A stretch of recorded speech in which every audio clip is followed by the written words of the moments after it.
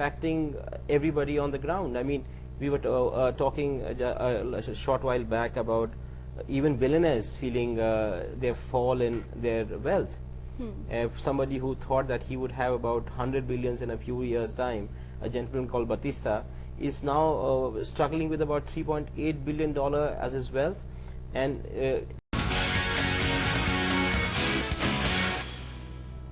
welcome back to Inside. We are talking about the protests in Brazil and what is behind the discontent. Professor Gupta, please continue with your thought. The reforms that we have seen over the last 10 years that appear to have spent a great deal on the social needs of the people, also keeping intact the commercial and political interests of the country. Which we are trying to emulate here in our country, the conditional cash transfer and so on and so forth. So this was a big success. It was a World Bank funded project. So the whole philosophy was that you will, let me put it very plain, in plain words.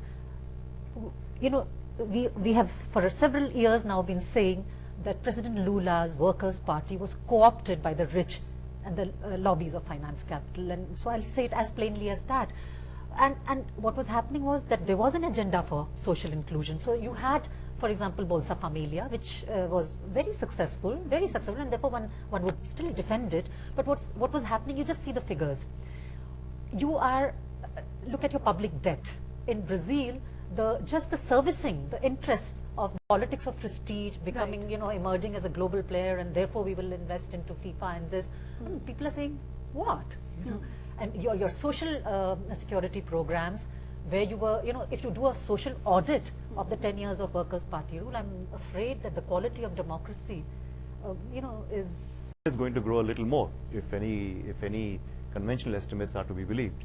Now, the point is that you cannot speak of any issue in Brazil as you cannot speak of any issue in India in isolation. And what we are seeing is perhaps several 100,000 protesters, to a large extent from the middle class. They're not coming out of the favelas in that many those great numbers. In fact, some of the surveys I have seen have resulted in large percentages saying that they agree with the protesters, but they're kind of cynical that nothing will happen. Now, I guess that's what's happening among slightly lower categories, lower stratas of society, where they feel that things won't change very much. Of course, those same strata of society are also benefiting from the Zero Hunger and the Bolsa Familia programs.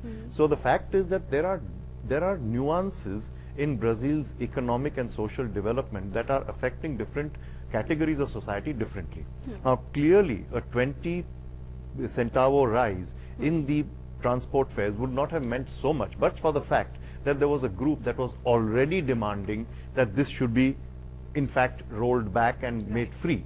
So this was the sort of the spearhead of a movement that was building up, and the resentment, in my opinion, is of course definitely inflation, definitely mismanagement of programs in education, health, and so on and so forth, a feeling that there should